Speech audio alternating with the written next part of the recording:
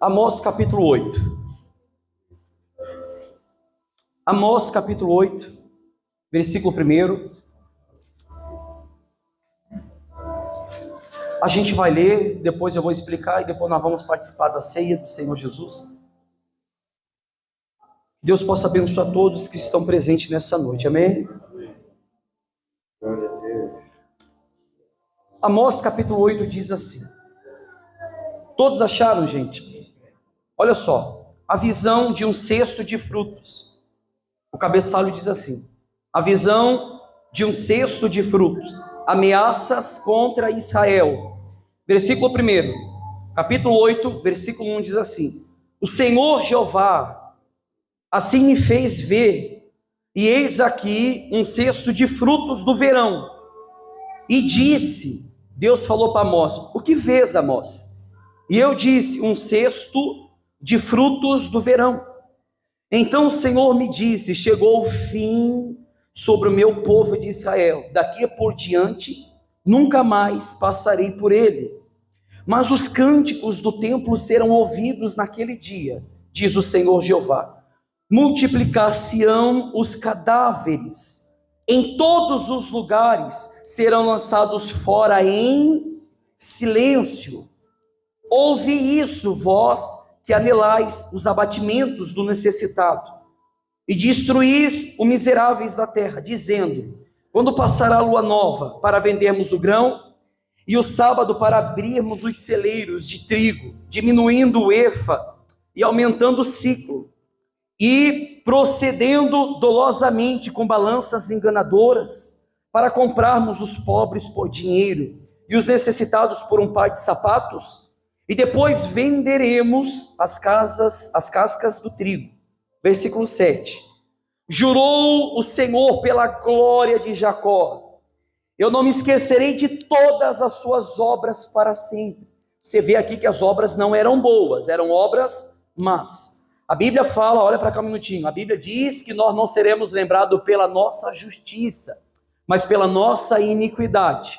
Vamos continuar aqui, versículo 8. Por causa disso, não se comoverá a terra, e não chorará todo aquele que habita nela, certamente levantar-se-á toda como o grande rio, e será arrojada, e se submergirá como o rio do Egito. E sucederá que naquele dia, diz o Senhor, farei que o sol se ponha ao meio-dia, e a terra se entenebreça em dia de luz, e tornarei as vossas festas em luto, e todos os vossos cânticos em lamentações, e aparecerá pano de saco sobre todos os lombos, e calva sobre toda a cabeça, e farei que isso seja como luto de filho único, e o seu fim como dia de amargura. Eis que vem dias, diz o Senhor, essa é a parte principal da pregação, versículo 11.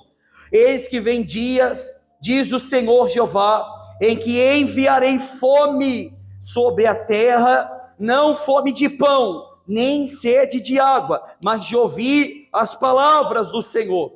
E irão errantes de um mar até outro mar, e de norte até o oriente, correrão por toda parte, buscarão a palavra do Senhor e não o quê? Acharão. Amém? Mais um profeta, né? Um profeta destinado a juízo pela ignorância de um povo que muitas das vezes viram a glória de Deus, mas não cumpriram com um bom, vamos botar no tempo de hoje, um bom cristão. Assim como nós conhecemos a palavra de Deus, e você sabe que o diabo também conhece, muito melhor que nós. A Bíblia diz em Tiago assim: você crê em Deus, você faz bem. Porém os demônios também creem, e não somente crê, mas eles estremecem. A gente sempre fala nas pregações que tem demônio que tem muito mais atitude de cristão do que muitos cristãos dentro da igreja. Porque o diabo não somente crê, mas ele estremece diante da palavra de Deus. Amós, ele é um profeta menor na Bíblia, um dos menores. Eu não digo de menor de tamanho, ou de menor de número de livros, mas talvez teologicamente um dos mais esquecidos. Embora o livro de Amós seja bastante breve, pequeno, de capítulos, o seu trabalho foi extremamente importante na profecia contra o povo, tanto de Israel, da banda do norte, como de Judá, da banda do sul. Amós foi um profeta que não só profetizou na banda de um lado, ou Israel ou Judá, ou banda do norte ou banda do sul. Ele profetizou nos dois lados. Ele profetizou ambos os lados. Ele é o terceiro dos profetas menores. O terceiro, porém, na forma cronológica do Velho Testamento, ele é o primeiro. Você sabe que a nossa Bíblia não está de forma correta na cronologia. A nossa Bíblia está errada. A Bíblia brasileira, a Bíblia inglesa, ou seja, as nossas Bíblias, elas não estão corretamente na forma cronológica. A Bíblia começa com os 5 primeiros livros, o Pentateuco, ou seja, os 5 primeiros livros da lei de Moisés, Gênesis, Êxodo, Levítico, Números, Deuteronômio. Depois começa com praticamente os reis, Josué, Juízes e Ruth, Samuel, Reis, Crônicas. Depois começa praticamente com a poesia, que a gente conhece a poesia, o livro de Salmos, o livro de Provérbios, o livro de Jó. Se você procurar em alguns teólogos, alguns estudiosos, eles entendem que o primeiro livro da Bíblia não foi o livro de Gênesis. Eles colocam o livro de Jó como o primeiro livro. Eu tenho a Bíblia cronológica e o primeiro livro é o livro de Jó. O primeiro livro, não é Gênesis. Para eles, a Bíblia não começa lá e façamos o homem a nossa imagem, a nossa semelhança. Começa em Jó. Então, Amós, por ser um dos profetas menores, por ser um profeta pequeno, por ter poucos capítulos, e se falar pouco desse profeta, nós sabemos que esse profeta, o seu trabalho foi extremamente importante, porque ele profetizou para ambos os povos de Israel, porque foi dividido após a morte de Salomão, banda do sul e banda do norte. Tudo que nós sabemos sobre as origens de Amós é o que ele nos diz em 2 capítulos. Capítulo 1, versículo 1 fala sobre Amós, e capítulo 7, versículo 4 também fala de Amós. Ele nasceu no início do século 8, ou seja, no vilarejo de Tecoa. Se você ler capítulo 1 de Amós, você vai ver que Amós nasceu lá no vilarejo de Tecoa, no reino do sul, em Judá. Era pastor de ovelha. Não era pastor que pregava a palavra, era um pastor que cuidava de ovelhas e trabalhava em uma plantação de figos silvestres. Então ele era conhecido também na Bíblia como profeta rural. Se você estudar sobre a história de Amós, ele não foi chamado por Deus como profeta por ter aplicado o sacerdócio na sua vida, como Ezequiel, por exemplo, quando completara 30 anos de idade, já foi chamado no meio do exílio, já quando o povo estava exilado, porque com 30 anos, os moleques, os rapazes que eram chamados por Deus, quando completava 30 anos, eles eram chamados para o sacerdócio dentro do templo. Amós não teve isso. Você não vê na Bíblia dizendo que Amós praticava o sacerdócio da palavra de Deus. Não. Você sabe por que Amós foi chamado? Porque Deus viu dentro dele um coração humilde. Deus viu nele temor pela palavra. Ele conhecia a palavra, mas ele não aplicava de tal forma que num determinado momento ele seria chamado ao sacerdócio. Ou seja, os profetas costumavam ser escolhidos por Deus pelo desenvolvimento do sacerdócio. E Amós não foi dessa maneira. Amós foi totalmente diferente. Amós não era letrado. Eu vou entrar primeiro na didática do livro para depois trazer a exegese para os dias de hoje. Amém? Cuidado para não dormir. Amém, pessoal? Amós, ele não era letrado. Amós, ele não tinha nenhum conhecimento sobre o sacerdócio. E segundo alguns estudiosos, afirmam que ele foi escolhido por Deus pela humildade do coração. Um homem sincero, por ser uma pessoa simples, que tinha grande temor pela lei de Deus. Amós, ele recebeu um chamado de Deus para abandonar Judá, a terra dele, Tecoa, para abandonar a banda do sul, para que ele pudesse viajar até a banda do norte, que era em Israel. Deus chamou ele da terra que ele estava para profetizar contra o paganismo e os excessos morais desse povo. Ou seja, ele avisou a todos a respeito do desastre iminente que viria pelas mãos dos assírios. Amós avisou tanto o povo de Israel quanto o povo de Judá que viria um desastre iminente pelos assírios, que destruiria tanto esses dois povos, caso se aquele povo recusasse o arrependimento. Amós prega a palavra. Amós traz à tona o juízo de Deus. Amós traz a explicação do que seriam as visões que ele teria recebido da parte de Deus, que Israel seria levado ao cativo pelos assírios, não pelos babilônios, mas pelos assírios, que Israel sofreria detrimento, que Israel padeceria na mão dos seus inimigos. Você pode ver que a gente leu no capítulo 8 agora, que se achegaria vários cadáveres em vários lugares. Se você ler Lamentações e o livro de Ezequiel, você vai ver que quando a ira de Deus caiu sobre aquele povo de Israel, a Bíblia fala que tanto os babilônicos quanto os assírios, o povo inimigo que matava o povo de Deus, a Bíblia diz que esses corpos que estavam mortos no chão eram colocados dentro do templo, diante do santuário, na imagem dos ciúmes de Deus. Aí eu estava pensando, peraí, por que esses corpos estavam sendo colocados diante do templo, diante do santuário? Sabe por quê? Para eles lembrarem da onde que foi proferido a palavra de Deus através do profeta, do altar. Amém? Hoje vocês estão aqui olhando diretamente para o altar. O dia do juízo, a Bíblia diz que nós temos que se preparar para o dia em que nós vamos se colocar diante do tribunal de Deus, para ser julgado pelas nossas obras. Então, diante do tribunal de Deus, como a gente sempre fala quase toda a pregação, vai existir um único ou uma única testemunha infalível, vai ser contra cada um que está aqui e contra mim também. Uma única testemunha, verdadeira, que não pode mentir, que terá todas as provas, que se você for condenado, é a única testemunha que não poderá ser desmentida, porque ela é a testemunha verdadeira. Quem é a testemunha? A palavra. É o que nós estamos pregando hoje, a palavra. Prepara-te, ó Israel, para se encontrar com o teu Deus. Presta atenção, por favor. Prepara-te, ó Israel, para se encontrar com o teu Deus. Nós temos que se preparar. A preparação não vem da noite para o dia. A Bíblia diz que é de honra a honra, glória em... Uma caminhada de um cristão não é fácil.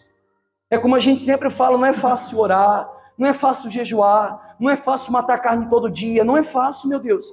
Isso é paulatinamente. Quanto mais você busca da palavra de Deus, como diz John Wesley, um maior metodista, ele diz, quanto mais eu busco de Deus, menos vontade eu tenho de pecar. Quanto mais eu ouço da palavra de Deus, menos desejo pela iniquidade eu tenho, menos desejo pelo mundo eu tenho, menos vontades por aquilo que o mundo pode me oferecer eu tenho. Você pode ver uma pessoa que é íntima de Deus, é difícil ela cair no pecado, porque ela teme a palavra de Deus. Ou seja, se nós olharmos para a palavra, todos os homens de fé que venceram reinos, praticaram a justiça, a Bíblia diz que todos eles tinham uma vida de intimidade com Deus. E não é uma vida apenas de intimidade com Deus, é uma vida de extrema intimidade com Deus. Amém? É aquilo que a gente fala. Quase todas as pessoas aqui fazem orações. Eu pregava isso alguns dias, umas pregações atrás. Todas as pessoas aqui fazem oração, sim ou não? Por isso que você está na igreja hoje. Mas quem que faz a oração? Pastor, eu quando vou orar, eu faço a minha oração para Deus abençoar o meu dia, para Deus abençoar minha noite de sono, para agradecer pelo dia. Estou falando dessa oração não. Isso aí é a oração costumeira, oração cotidiana. Deus ouve? Tudo bem, Deus ouve. Mas a Bíblia diz que o homem para qual Deus olha é aquele que abate o seu espírito e aflige a sua alma.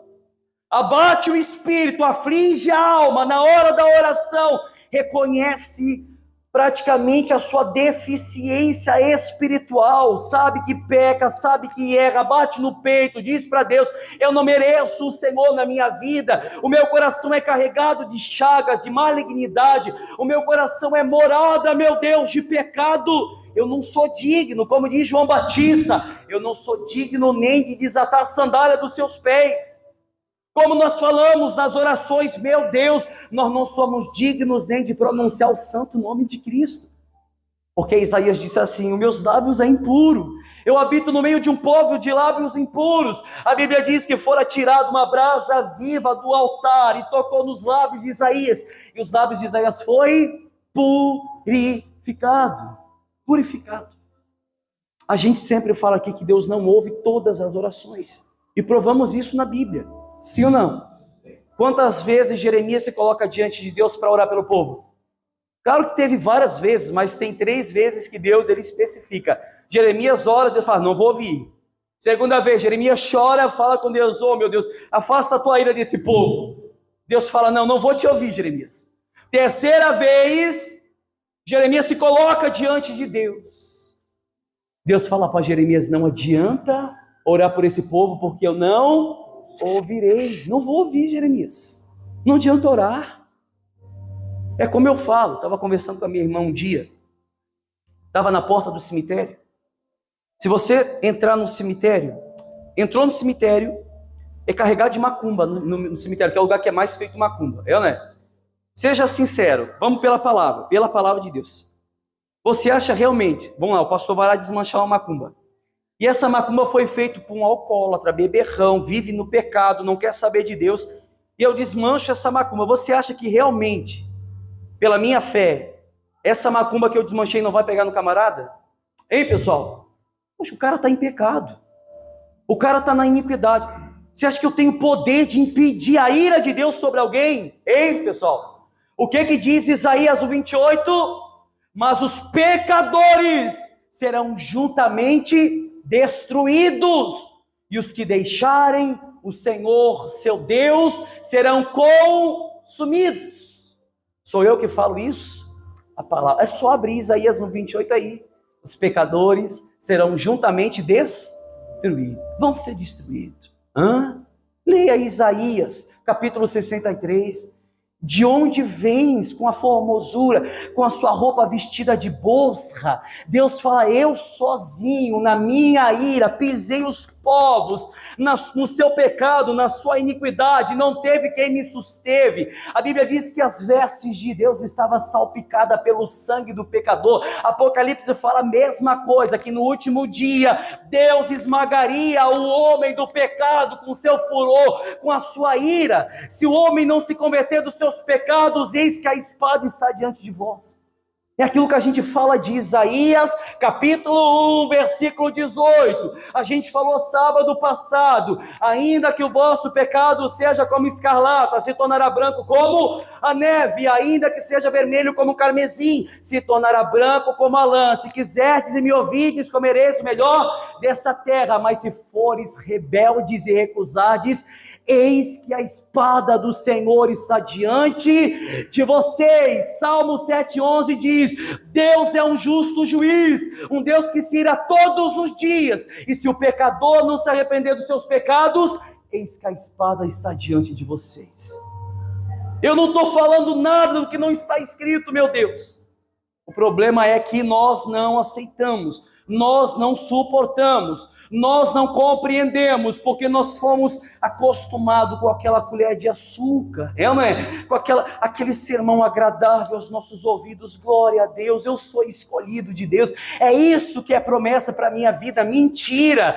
Como diz a canção, aquela canção que quase a maioria cantava, né? Não morrerei enquanto a promessa não se cumpre. Quem tem promessa de Deus não morre, não desiste, não. E tem a fé de Abraão. O que o livro de Hebreus fala? E todos morreram sem que a promessa se cumprisse. Como não vou morrer sem que a promessa se cumpra? Colherzinha de açúcar, louvores antropocêntrico, que coloca o homem sempre no centro.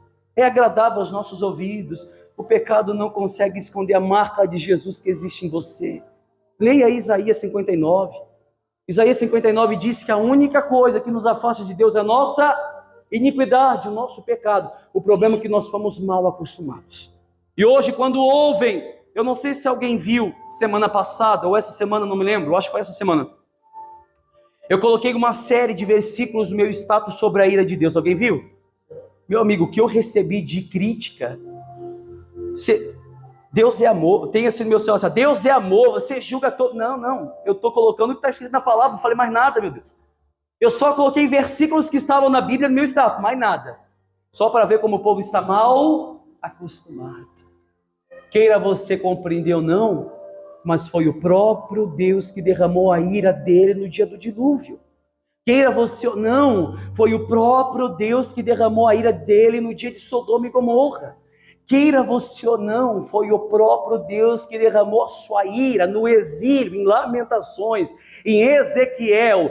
Isaías já profetizava, Amós já profetizava, Jeremias já profetizava, eu estou profetizando. Apocalipse está aí, as portas já estão se fechando, o cerco para a igreja está se fechando. Vai chegar um momento que a igreja não vai conseguir mais avançar, mas os verdadeiros serão revelados pela palavra da verdade. Vai chegar um momento que a igreja não conseguirá mais expandir, mas os sinceros serão revelados, meu Deus. Ou vocês acham que a igreja brasileira vai continuar nesse chove e não molha? A gente tem em torno de 40 milhões de evangélicos, mas coloca numa balança para ver se esses 40 milhões estão dispostos a morrer por Cristo, se estão dispostos a morrer pela fé. Aconteceu uma perseguição na igreja brasileira, vai se reduzir a zero, vai se reduzir a nada. Era isso que Amós estava falando, o cadáver de vocês vão ser lançado no chão, não terá quem vai suster vocês diante do Deus Todo-Poderoso. A palavra mesmo fala isso, meu Deus. O momento da gente se preparar é agora, nós não temos mais tempo. A Bíblia diz que os dias foram abreviados, por se multiplicar a iniquidade, os dias foram abreviados, porque se aqueles dias não tivessem sido abreviados, até os escolhidos se perderiam. Você vê como o tempo está passando rápido, meu Deus. Eu estava falando com algumas pessoas, os sinais nunca foram tão notórios como estão acontecendo agora. Alguns teólogos assemelham a guerra de Israel com a Palestina, com a Gaza, como a guerra de Gog e Magog está acontecendo. O rio Eufrates está secando, o rio Morto está tendo vida, tudo profecia da palavra de Deus. Nunca aconteceu tantos sinais como nos nossos dias. E a Bíblia diz: desperta tu que dormes, desperta tu que dormes, abre os seus olhos. Haverá um tempo que não vai ter mais tempo, meu amigo. Nós vamos ser pegos de surpresa como as 10 virgens, ou as 5, porque tinha 5 que estava preparada. Abre-nos! Jesus vai falar o quê? Eu não te conheço. Afasta de mim, vós que praticais iniquidade. As 5 prudentes estavam preparadas, e as 5 loucas não prepararam o azeite. O que significa o azeite na Bíblia? O Espírito Santo, o Espírito de Deus na nossa vida. Ou seja, Amós, ele avisou a todos a respeito do desastre iminente que viria pelas mãos dos assírios, caso se o povo não se convertesse. Se você ler no capítulo 7, 14 de Amós, você não precisa abrir agora, se quiser marcar do livro, ele negou ser profeta. Amós negou ser um profeta, provavelmente para não ser confundido com os muitos profetas profissionais, que faziam o povo se desviar dizendo que haveria paz. Não, Deus vai trazer paz. Abra em Jeremias, na sua casa, marca aí, Jeremias capítulo 28. A Bíblia diz em Jeremias capítulo 28, a guerra ou a luta do profeta Jeremias contra o profeta Ananias. Quem que era esse profeta Ananias? Meu Deus, me dá uma ira muito grande, como os pastores tradicionais, os pastores contemporâneos colocam: meu amigo, é tempo de vitória, é tempo de paz, Deus vai trazer paz. Não, Jesus disse: eu não vim trazer paz, eu vim trazer espada. Eu vim trazer espada, eu vim colocar o pai contra o filho contra o pai, o filho contra a mãe contra o filho, nora contra a sogra. Não está escrito isso na palavra? Esse é o momento. É isso que está escrito na palavra. Jesus não veio trazer paz, coisa nenhuma. É uma guerra constante na nossa vida. Ananias, um falso profeta, disse para o povo de Israel: eis que daqui a 2 anos, capítulo 28 de Jeremias, Ananias fala assim: daqui a 2 anos Deus vai trazer os exilados novamente, vai trazer a paz à nossa nação, vai trazer os utensílios do templo para adoração. Não se preocupem, os sacerdotes aplaudiam, os sumos sacerdotes queriam isso. mas a Bíblia chama Ananias de um falso profeta. Jeremias fala assim, o quê? Ananias, se a tua palavra estiver certa, amém. Mas agora se não estiver certa, meu camarada, você vai morrer daqui a 1 ano. Porque está escrito bem assim, ó, todos os profetas que antecederam a gente, e aqueles que virão após a gente, todos eles profetizaram guerra, todos eles profetizaram fome, todos eles profetizaram espada. Quem sou eu para profetizar paz na igreja hoje? Quem sou eu para profetizar bonança? Quem sou eu para profetizar uma vida próspera para vocês? É como a gente sempre fala, o povo se deleitando no pecado, e a gente no altar vai pregar bonança, vai pregar prosperidade. Não, meu amigo. A palavra diz assim, não deveis temer ao homem, que depois que matando o corpo, ou matando a carne, não sabe o que faz com o corpo. Temei antes aquele que poderá lançar nossa alma no Sheol, no inferno, no Hades, no Guiena, no Tártaro. Deus fala assim, não teme o homem não. Se ele matar, meu amigo, não se preocupa. Você tem que temer aquele que pode lançar sua alma no... Não é o diabo que lança as pessoas no inferno, não. Até então, o diabo não está no inferno, pessoal. Apocalipse, capítulo 20, versículo 10, diz que o diabo, Satanás, os falsos profetas, a besta, foram lançados no lago que arde com fogo e até o diabo será atormentado para todo sempre. A Bíblia fala em Apocalipse capítulo 20, versículo 10. Imagina os pecadores juntamente com o diabo no lago. Não é o diabo com aquele... Aí você vê, né? Eles criam uma imagem de um diabo com um tridente espetando as pessoas no inferno. Não. A Bíblia diz que Deus vai rir de quem vai estar no inferno. Cadê o Deus que aceita tudo, meu Deus? Cadê o Deus que aceita a gente como a gente é? Não. O que ele falou para a mulher pecadora? Vai e não peques. Vai e não peques mais. Aonde estão os seus acusadores? Ela disse, não tem mais ninguém, então nem eu mais te acuso. Vai e não peques mais. Você vai continuar da caminhada, ninguém te apedrejou, você foi perdoada. Mas cuidado para não cair de novo. Cuidado para não tropeçar de novo. Ou seja, Amós, um profeta menor, esquecido, enviado para proferir juízo ao povo de Israel. Ele pregava de forma veemente contra a corrupção religiosa e social de Israel, avisando os israelitas que se caso eles não se voltassem para Deus, eles cairiam nas mãos dos assírios. Amós viu que por trás do poder e a prosperidade externa de Israel, que naquele tempo era um povo muito glorioso, próspero, a nação ela era corrupta internamente. A gente acabou de ler aqui que os homens de Israel, os sacerdotes de Israel, aquele povo de Israel, eles falavam, quando que a gente vai poder plantar de novo? Quando que a gente vai poder comprar o pobre de novo como escravo? Quando que a gente vai poder judiar do pobre? Para que a gente possa ser rico. Por isso que a ira de Deus caiu sobre aquele povo. Os pecados pelos quais Amós castiga as pessoas são extensos.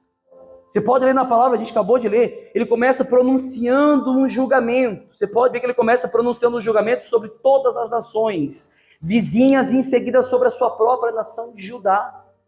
Então Amós foi profetizando, onde ele iria profetizando, até chegar e finalmente a mais dura sentença era dada a Israel.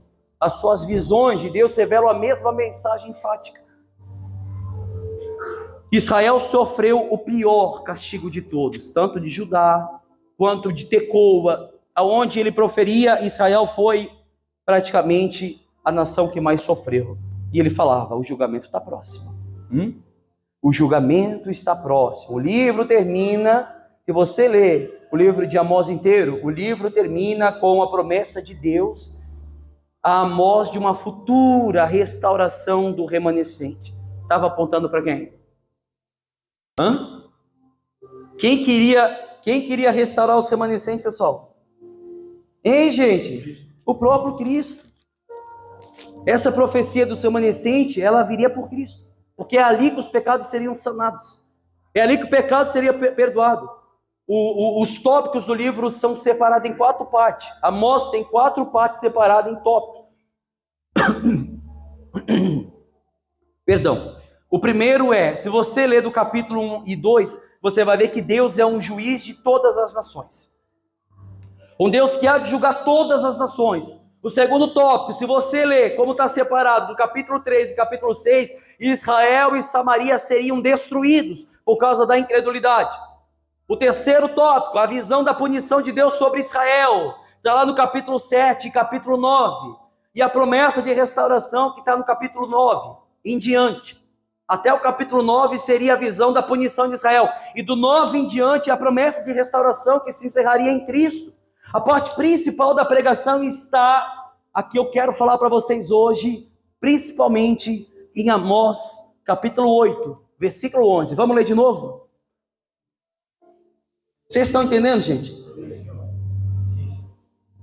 A parte principal da pregação está em Amós, capítulo 8, 11. Diz assim: Eis que vem dias, diz o Senhor Deus, em que enviarei fome sobre a terra, não de pão, nem sede de água, mas de ouvir as palavras do Senhor. Andarão de mar a mar, de norte até oriente, correrão por toda parte, procurando a palavra do Senhor e não acharão.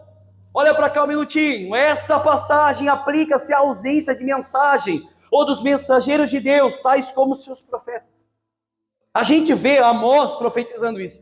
Eu não consigo crer que essa profecia que Amós acaba de falar era para aquele dia. Porque se você ler Lamentações, a Bíblia diz que o povo gritava nas ruas assim: bem-aventurado aqueles que morreram à espada, do que morreram da fome. Então aquele povo de Lamentações morreram da fome. Outros morreram à espada. Como nós pregamos várias vezes, as crianças, as mulheres, as mães pegavam as suas crianças, colocavam em tacho de água fervendo, cozinhava as crianças vivas, pegava pedaços das suas crianças e se deleitava aos seus vizinhos. Cada vizinho, cada pessoa comia um pedaço da carne daquela criança. O próprio Deus fez isso. Ah, mas Deus é injusto. Ah, Deus é injusto por ter descido fogo e enxofre dos céus e ter fulminado o povo de Sodoma e Gomorra. Não, pessoal. Por que Deus não é injusto? Porque a Bíblia diz que antes do desastre ter vindo, Deus mandou 2 anjos, mensageiros, para anunciar a palavra da verdade. Eles não ouviram. Pastor, mas Deus é injusto quando Noé, durante 100 anos... 100 anos Noé constrói a arca, mas desses 100 anos Noé fazia o quê? Pregava a palavra. A Bíblia diz que ninguém dava ouvido. A Bíblia diz que o dia do Senhor será como os dias de Noé. Comiam, bebiam, casavam e davam-se em casamento até o dia em que Noé entrou na arca e a sua porta fechou e eles não perceberam. Vai ser assim a vinda de Jesus. As pessoas não vão perceber, vão ser pego desprevenidas, estão desatentas pelos entretenimentos, estão desatentas pelos seus afazeres, é como eu sempre falo, você não busca Deus por falta de, você não deixa de buscar Deus por falta de tempo não, meu amigo, você deixa de buscar Deus por falta de interesse. Você arruma tempo para tudo e para todos, mas para Deus não. Aí quando é para Deus, não posso, estou cansado, não tenho tempo, trabalhei o dia todo, tenho que acordar cedo. As pessoas não buscam a Deus por falta de interesse. Amém? Ou seja, eis que vem dias que o próprio Deus diz que eu enviarei fome sobre a terra. Mas não é fome de pão não, e nem sede de água, é de ouvir as palavras. Aquele tempo o povo sofreu fome sim, ao ponto das mulheres gritarem nas praças, e os homens daquela região gritavam assim: sai daqui, seus amaldiçoados, vocês são malditos. Olha a ira de Deus caindo sobre aquele povo. E as mulheres magras, que a Bíblia diz que a sua pele colou no seu osso, de tão magras que era, os homens magros, e eles gritavam: meu Deus, por que nós não morremos decapitados? Eles angustiados pediam a morte por espada, mas eles não morriam, iriam morrer da fome, o ardor da fome. Ou seja, Deus disse que vai vir uma fome aí, mas não de pão não, não de água não, de ouvir ar, e está vindo essa fome. Pega 100 igrejas, 100. De 100, olhe lá, vou chutar alto, uma prega a verdade. Sim ou não?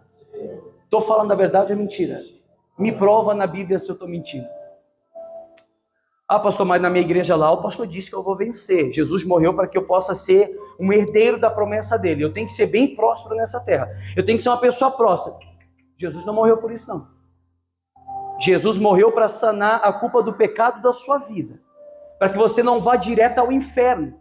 Mas que você receba a salvação gratuitamente por intermédio de Cristo Jesus. Não das suas obras, mas de Cristo. Então a cruz trouxe benefício. Aquilo que eu falava quinta. A cruz trouxe vários benefícios.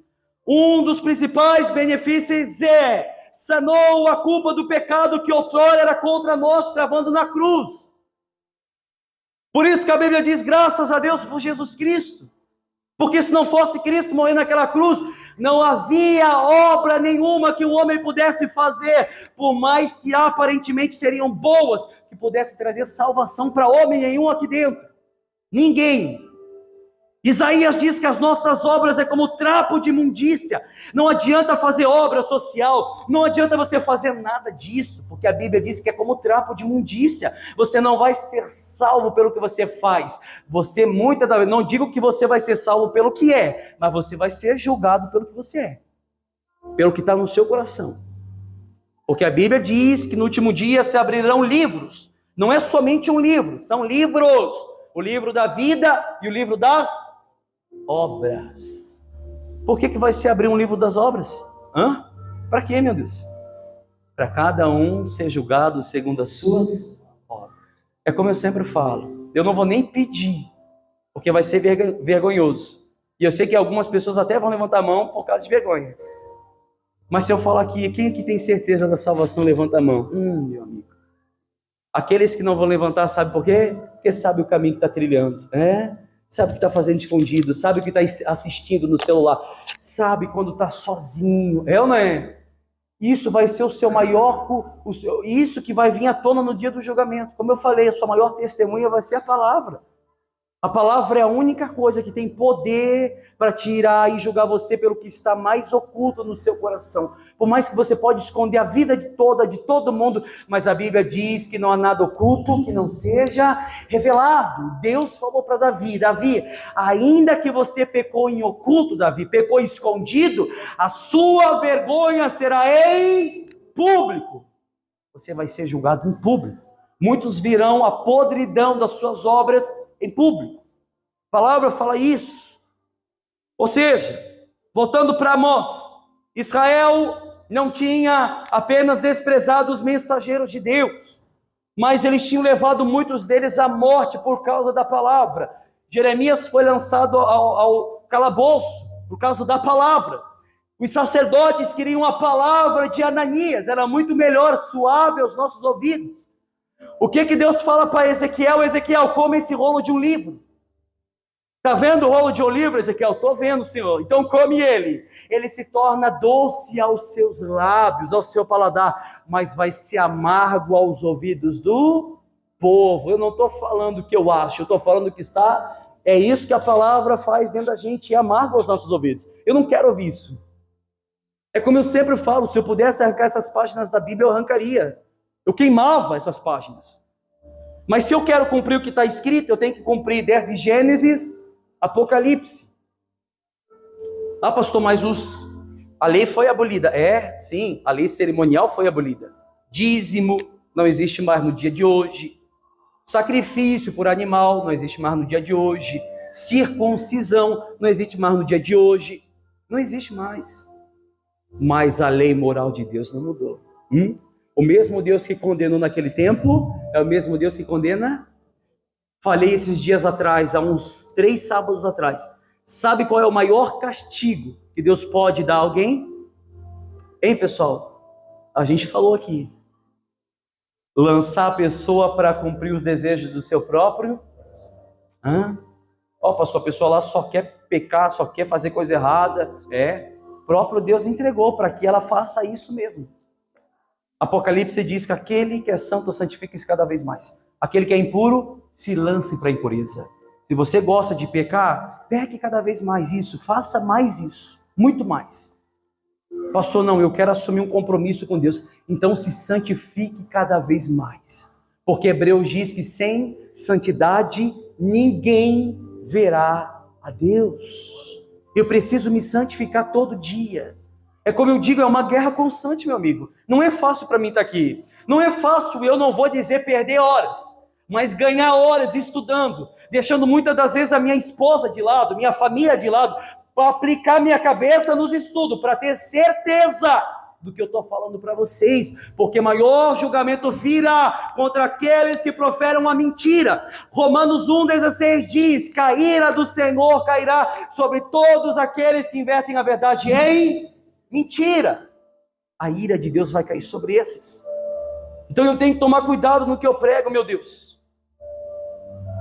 No juízo de Deus sobre Israel chegaria um tempo em que o povo buscaria ajuda, direção, mas Deus permaneceria em silêncio. A gente pode até aplicar de Malaquias até Mateus os 400 anos de silêncio de Deus, mas isso vai acontecer também. Daqui a pouco vai acontecer. O povo gritando, querendo ouvir palavra, mas não tem mais não. O povo correndo, dai-nos um pastor bíblico, nós aprendemos a vida toda errada, não era isso que a palavra fala. Não tem mais. Tiveram oportunidade. O jovem rico gritava no inferno, pai Abraão, peça para que Lázaro vá e pregue para os meus irmãos, para que eles não venham para esse lugar de tormento. Não, eles têm Moisés, eles têm profetas. Se eles não creem em quem está vivo, como é que crerão em quem está? E quem está morto, meu Deus. Hoje vocês têm a mim para pregar a verdade. Hoje vocês têm a mim. Escute o que eu estou falando para vocês. O seu maior testemunha será tudo isso que você está escutando hoje. Eu vou falar, pasme você. O que eu falo também quase todo culto. Se escandalize, pasme, quer sair da igreja, mas o que eu estou falando para você, meu amigo, é a mais pura realidade. Eu vou dizer uma coisa para vocês. Que você não consiga dormir essa noite direito, sem que os seus pecados te perturbem na sua cama. Sem que você não coloque o seu joelho no chão e a angústia toma conta do seu coração. Como diz Leonardo Ravenhill, nós temos que colocar nas nossas paredes de casa, do nosso quarto, escreve lá na parede da sua casa, a minha angústia. Cadê a minha angústia? Eu não me angustio mais. As nossas orações são vazias, as nossas orações são ralas, nós nas nossas orações não choramos mais, nós não gritamos mais a Deus, tem misericórdia, meu Pai, porque eu sei que se eu perdesse a minha vida hoje, nesse momento, eu saberia o lugar que a minha alma tomaria o destino. As pessoas não têm mais ideia disso. As pessoas não colocam mais o seu coração aplicado à palavra de Deus. Deus ficou em silêncio. Deus vai ficar em silêncio.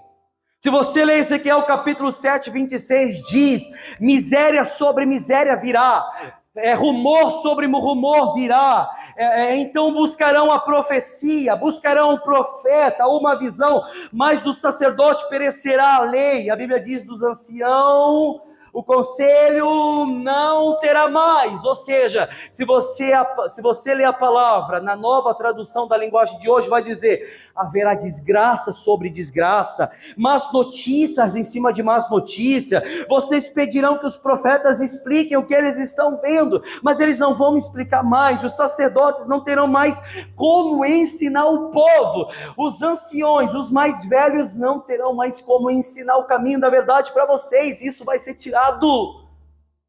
Ezequiel 7,26 fala isso.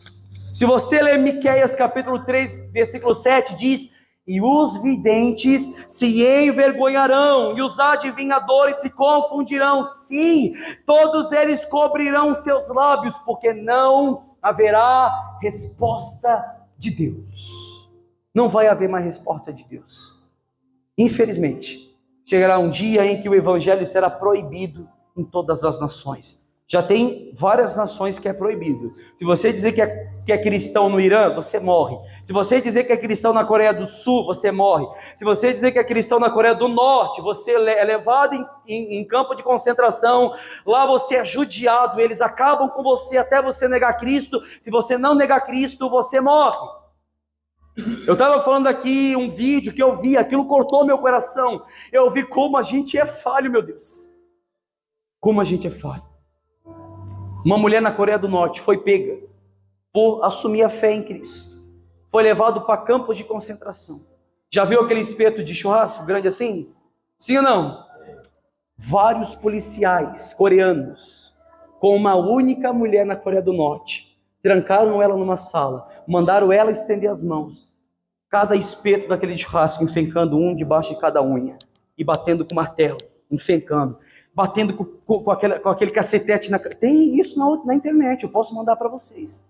Batendo até negar, mas ali ela não negava não. E judiavam dela, e faziam ela sofrer, e atormentavam aquela guria. E a gente tem hoje oportunidade de pregar o Cristo ressurreto nas praças, na nossa casa, na rua, no trabalho, na empresa, para nossa família. E a gente fica de boca calada. A gente tem oportunidade de levar o evangelho nos 4 cantos desse Brasil.